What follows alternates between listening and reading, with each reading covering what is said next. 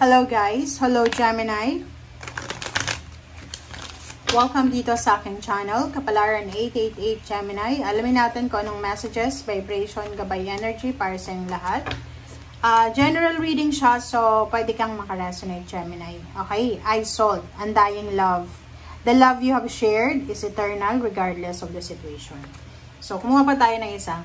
Kasi parang ang sinasabi sir dito, Gemini, na maybe galing ka sa heartbroken na family or heartbreak, parang naghiwalay kayo ng karelasyon mo. And sinasabi ng bara sa'yo dito na yung pag-move on, okay, yung pag-move on ay kumbaga, ano yan eh, long process siya. But isipin mo na yung pinagsamahan nyo ay intact pa rin yan. Parang ganun. Okay. Mother Mary, expect a miracle. Wow. So, Gemini, kailangan mo daw na mag-expect, believe and expect miracle. Siyempre, kailangan mo maniwala. Kailangan mo ng faith. Have faith that your prayers have been heard and are being answered. Diba? So, sa linggong ito, last 2 weeks ng June, maybe may mga mag-birthday. So, happy birthday, Gemini. Sinasabi ng bara sa'yo na expect a miracle. Maybe you will receive a gift, or maybe you will receive a recognition, awards, rewards, or any success or any victory. And recognition or awards or anything na abundant and prosperous. Okay.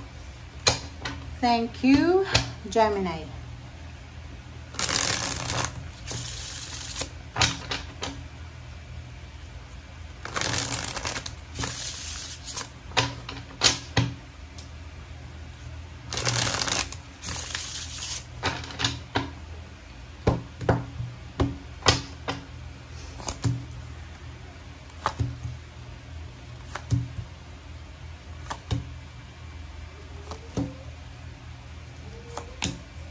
Okay. The World Card, 7 of Swords, the Magician, 4 of Wands, Queen of Cups, and the Sun.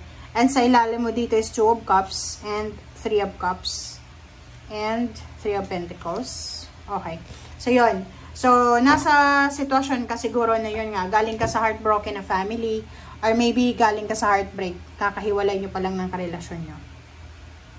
Sinasabi ng bara sa'yo na kung galing ka sa heartbreak, huwag kang masyadong magpanik, huwag kang masyadong mag-alala. Huwag mong isipin na hanggang dyan ka na lang. 'Di ba? Kasi minsan, 'di ba, lalo na kung babae ka, naging single mom ka agad-agad, sinasabi dyan na minsan, 'di ba, nawawala ng pag-asa, feeling lost, feeling helpless, feeling hopeless. But dito sa baraha mo, sinasabi na huwag kang mag-alala kasi darating ang araw, darating yung tamang panahon na may 3 of Cups and 3 of Pentacles and the World card na mangyayari sa'yo. So, ibig sabihin may completion, may maka-accomplish ka, may matatapos din yan. Kung ano yung pinagdadaanan mo sa ngayon or pinagdaanan mo dati, makaka-recover ka niyan. There's healing. Okay? So, the World card and 7 of Swords, Magician. So, yun na nga. Sinasabi ng bara sa'yo dito na merong Gemini na moving on na siya, 'di ba? So, nandoon siya sa proseso ng pag-move on, nandoon siya sa proseso ng recovery, ng healing. And sinasabi ng bara sa'yo dito na it's your energy itong 7 of Swords eh. Huwag mong isasabotahe yung buhay mo, yung puso mo, yung emotion mo. Like for example, kasi merong mga tawag doon, mga panakip-butas, 'di ba? So, if you suffered from heartbreak, diba? Nagkahiwalay yung mag-asawa, mag-boyfriend, girlfriend, or live-in partner, hindi rason yung tumanggap ka agad-agad ng karelasyon para lang ipamukha doon sa dati mo, sa ex mo na naka-recover ka na. No. Kasi, nandito yung 7 of Swords na pwede ka nilang, or I mean, pwedeng yung decision mo na yan, eh, pwedeng, maging sagabal yan or masira yung diskarte mo because of that diskarte.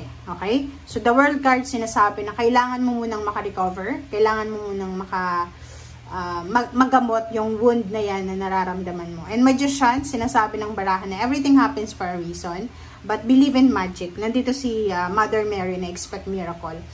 Kung halimbawa na nag-hold back ka sa past mo, or hindi ka makarecover sa kung ano man na pinagdadaanan mo, just believe in magic. Okay?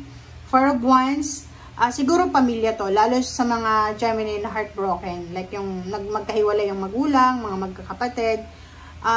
Sinasabi na maniwala ka na may magic, maniwala ka na time, ano ba tawag doon? Time heals, diba? Parang ganun.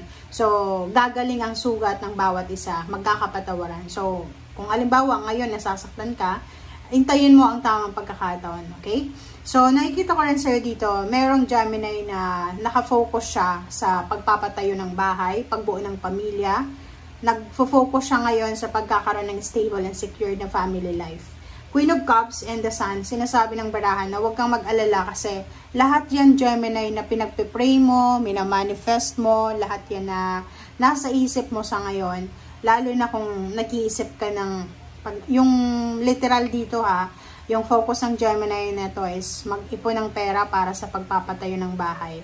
Bigyan ng bahay at lupa yung magulang, tulungan yung mga kapatid, kapamilya, parang ganun. So, nandito sa Four of Wands, saka Queen of Cups and the Sun na, lahat ng yan, yun nga sabi sir dito, have faith that your prayers have been heard and are being answered. Diba? So, kailangan magkaroon ng faith. Yung faith mo, yung paniniwala mo, yung belief mo, dagdagan mo siya ng sipag, tiyaga, at tiwala sa sarili mo, makukuha mo to na emotional stability, happiness, or accomplishment. Okay. Thank you, Gemini. Tingnan natin sa 4th week.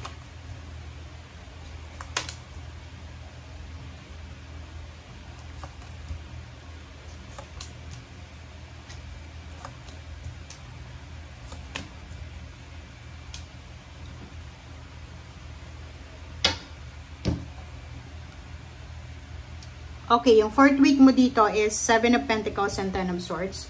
Oh.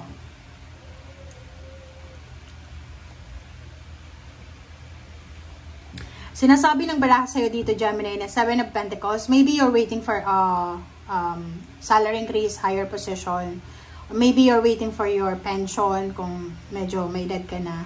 Or retirement. So, kung ano man tong hinihintay mo, sinasabi ng baraha. Or maybe you're waiting for healing, diba? Like sabi ko sa'yo kanina, maraming nangyari na hindi maganda, nasaktan ka.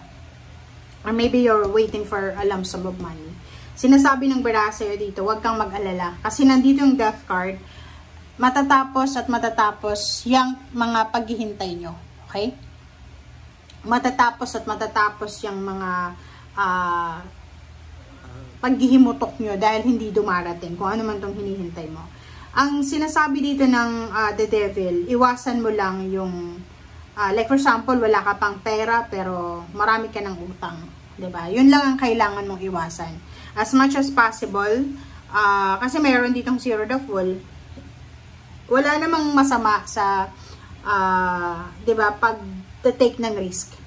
But kung alam mo, like may mga tao kasi na, like alam mo nila na may matatanggap silang lump sum of money, ang ginagawa nila is inuutang na nila ng advance. So, dito sinasabi na Zero the Fool, huwag kang masyadong magmadali. Huwag kang magte-take ng risk, lalo sa mga loaning company na yan. And make sure na bantayan mo yung pera. Like, halimbawa, kung may matatanggap kang pera, make sure na huwag mo siyang gastusin agad-agad. Make sure na i-invest mo siya. Kasi malaking halaga to eh. It's either millions, it's either thousands siya. Okay? So, thank you guys for watching, Gemini, and see you again. Bye!